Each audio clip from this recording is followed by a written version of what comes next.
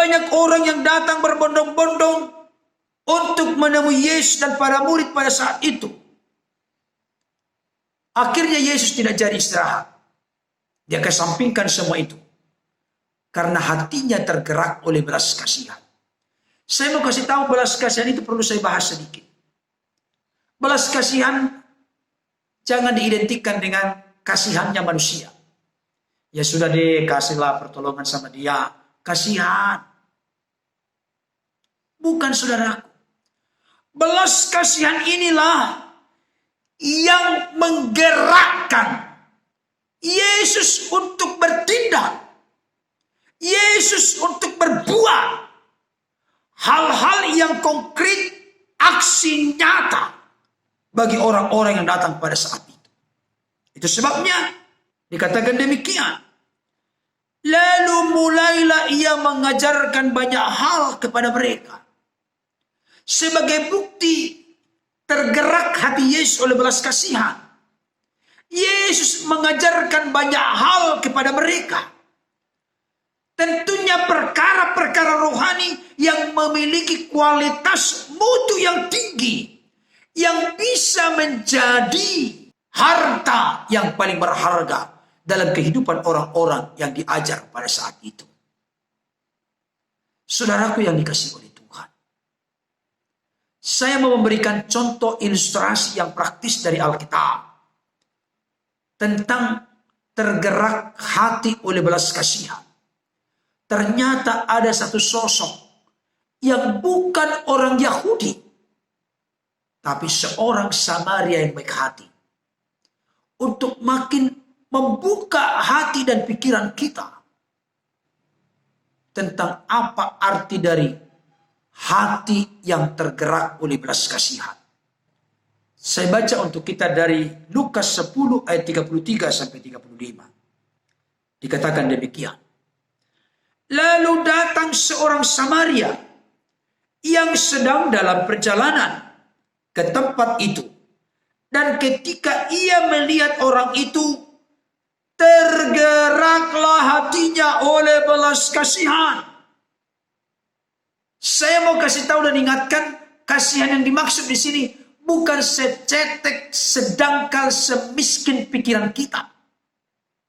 Karena kasihan seringkali membuat hatinya iba, ya sudahlah, kasihan, bantu, tolong, pedulikan, perhatikan dia. Bukan. Hati yang tergerak oleh belas kasihan, hal itulah yang akan membuat seseorang memutuskan untuk dia berempati, bersimpati, peduli, melakukan action, tindakan konkret, aksi nyata. Dan itu dilakukan dengan tindakan yang terbaik dan berkualitas. Saya buktikan untuk kita. Ketika orang Samaria yang baik hati ini tergerak hatinya oleh belas kasihan, apa yang dia lakukan? Ia pergi kepadanya. Ya, pergi itu masih omong. Karena ada juga orang kalau ada yang misalnya kejatuhan sepeda motor, dia pergi, dia lihat, dia tonton, bisa. Ia pergi kepadanya lalu membalut luka-lukanya. Sesudah ia menyiraminya dengan minyak dan anggur. Saudara, jadi bukan membalut luka-lukanya setelah itu titik, bukan. Sebelum orang Samaria yang baik hati ini membalut luka-lukanya, ia menyirami dulu dengan minyak dan anggur supaya jangan sampai infeksi. Tindakan yang sangat tepat sasaran. Kemudian ia menaikkan orang itu ke atas keledai tunggangannya sendiri. Perhatikan. Dia rela berkorban, capek berjalan sendiri, padahal keledai tunggangannya itu adalah keledai yang dia pakai. Dia rela berjalan kaki dan dia menaikkan orang yang sekarat itu ke atas keledainya. Dan ia pun dengan senang hati, dengan rela, akhirnya berjalan kaki. Lalu membawanya ke tempat penginapan dan merawatnya. Saudara dikasih oleh Tuhan, kalau kita mengingat cerita itu, ada seorang imam lewat. Dia menyingkir dari pinggir jalan, tidak peduli dengan orang yang sedang dalam keadaan terluka dan sekarat itu. atau seorang yang turun dari Yerusalem ke Yeriko. Di tengah jalan dia dilukai oleh para penyamun.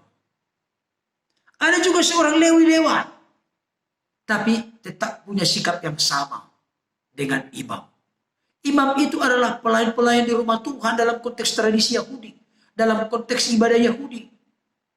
Seorang Lewi juga adalah pembantu para imam untuk menyelenggarakan ibadah di rumah Tuhan. Tapi orang-orang yang mengaku diri rohani seperti itu tidak peduli.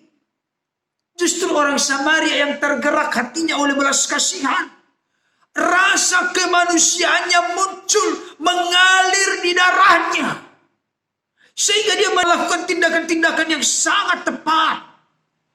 Saya ulangi sekali lagi, orang Samaria yang baik hati ini tergerak hatinya oleh belas kasihan. Ia membalut luka-lukanya sesudah menyiraminya dengan minyak dan anggur ke atas keledai tunggangannya. Ia membawanya ke tempat penginapan dan merawatnya. Kalau dibawa ke tempat penginapan berarti dia harus membayar rumah tempat penginapan itu. Setelah sampai di sana dia rawat. Ayat 35. Keesokan harinya ia menyerahkan 2 dinar kepada pemilik penginapan itu. Katanya, rawatlah dia, dan jika kau belanjakan lebih dari ini, aku akan menggantinya waktu aku kembali. Luar biasa. Saya memberikan contoh seperti ini untuk makin membukakan mata hati, mata rohani kita. Benar-benar mengerti, menikmati, mengalami, mengecap belas kasihan Yesus. Saudara, ini orang Samaria yang baik hati, tergerak hatinya oleh belas kasihan, dia lakukan tindakan-tindakan yang tepat sasaran, menolong orang yang sedang sekarat. Bagaimana posisimu dan keadaanmu saat ini? Apakah Bapak Ibu Saudara kita dalam keadaan sekarat, dalam keadaan terpuruk, dalam keadaan sulit dan sukar, dalam keadaan ditimpa oleh pergumulan, persoalan yang begitu berat dan besar yang sedang terjadi dalam hidup kita saat ini? Nantikanlah, harapkanlah kehadiran hati Yesus yang tergerak oleh belas kasihan. Apapun pergumulan dan persoalanmu saat ini, saya mau kasih tahu, Yesus lebih hebat, lebih tinggi, lebih dahsyat, lebih luar biasa dari seorang Samaria yang baik hati. Dan hati Yesus tergerak oleh karena belas kasihan kepadamu saat ini. Sama seperti orang-orang yang datang berbondong-bondong, dikatakan jumlahnya sangat banyak. Laki-laki dewasa saja 5.000 orang, belum termasuk perempuan dan anak-anak. Barangkali kurang lebih 15.000 orang. Yesus tergerak hatinya oleh belas kasihan kepada orang-orang ini, karena Yesus melihat mereka seperti domba yang tidak bergembala. Setelah Yesus selesai mengajar, orang banyak yang datang berbondong-bondong. Murid-murid ini datang kepada Yesus dan berkata, tempat ini sunyi dan hari sudah mulai malam. Suruhlah mereka pergi supaya mereka dapat membeli makanan di desa-desa dan di kampung-kampung di sekitar ini. Yesus yang tergerak hatinya oleh belas kasihan bukan hanya mengajar mereka tentang banyak hal, tapi Yesus menjawab murid-muridnya, kamu harus memberi mereka makan.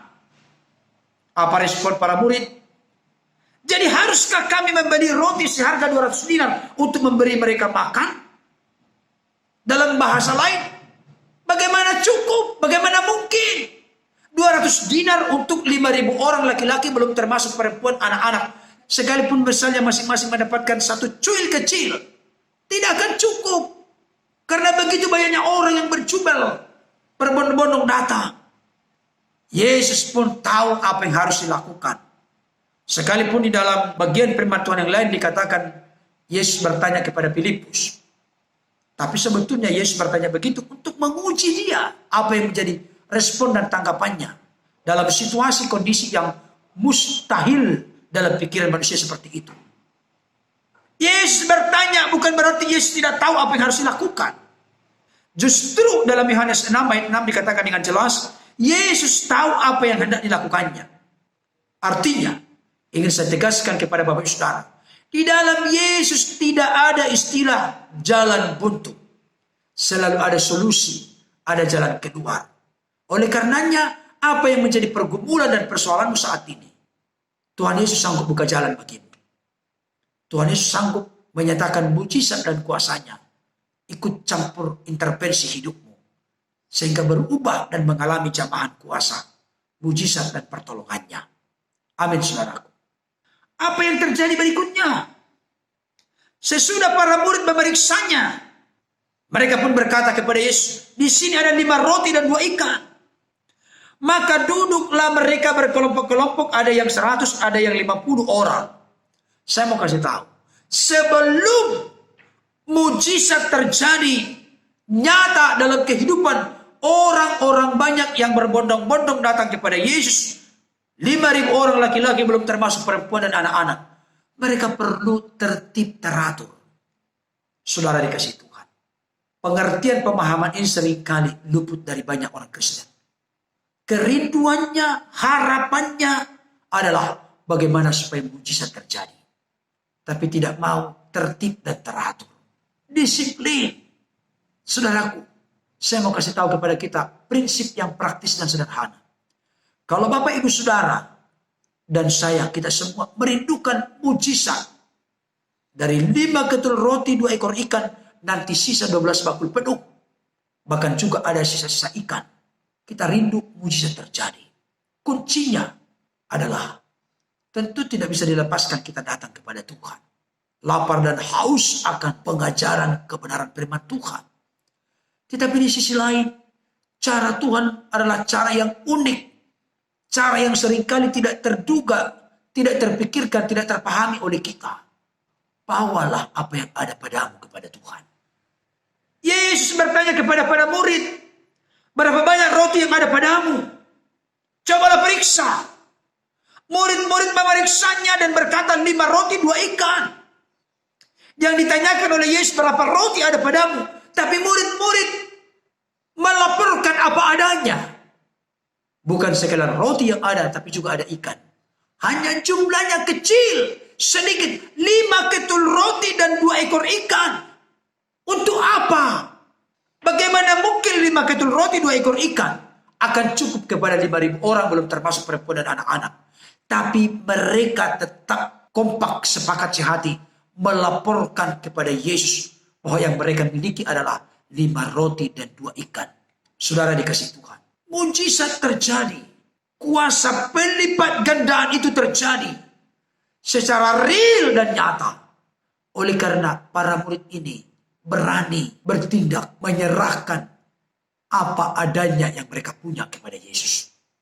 Apa yang Bapak Ibu Saudara punya saat ini, jangan remehkan, jangan pandang sebelah mata, jangan hina dan rendahkan itu. Bawalah yang kecil, yang tidak ada apa-apanya itu kepada Tuhan. Saya mau kasih tahu, Tuhan bisa berkarya dengan dahsyat luar biasa melalui hal-hal yang kecil.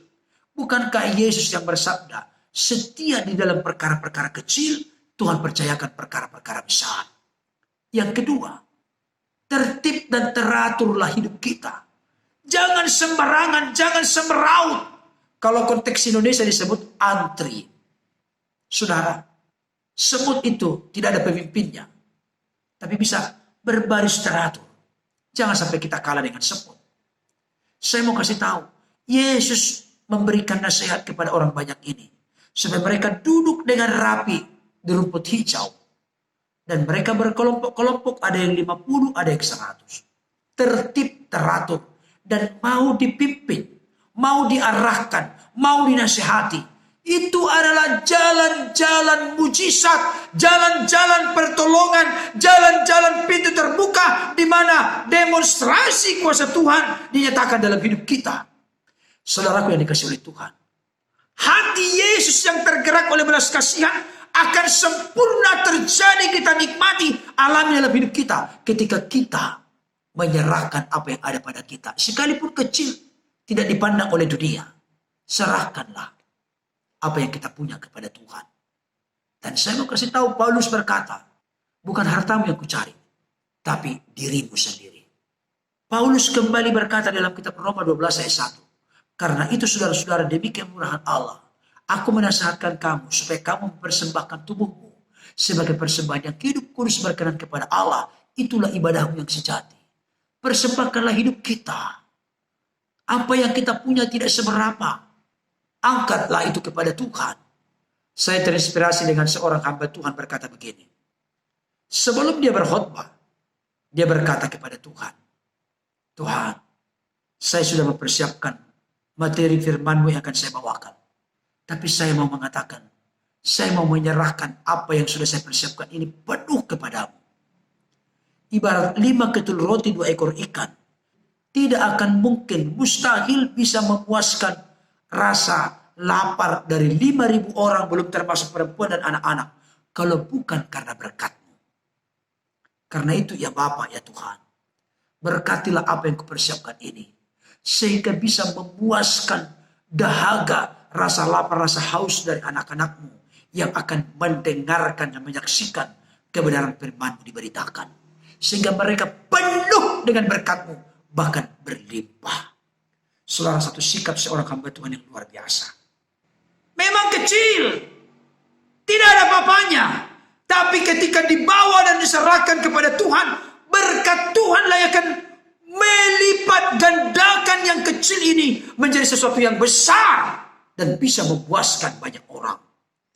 Bahkan dikatakan 5.000 orang, laki-laki belum termasuk perempuan, anak-anak, semuanya makan sampai kenyang, bahkan sisa 12 bakul penuh, dan ada juga sisa-sisa dari ikan itu.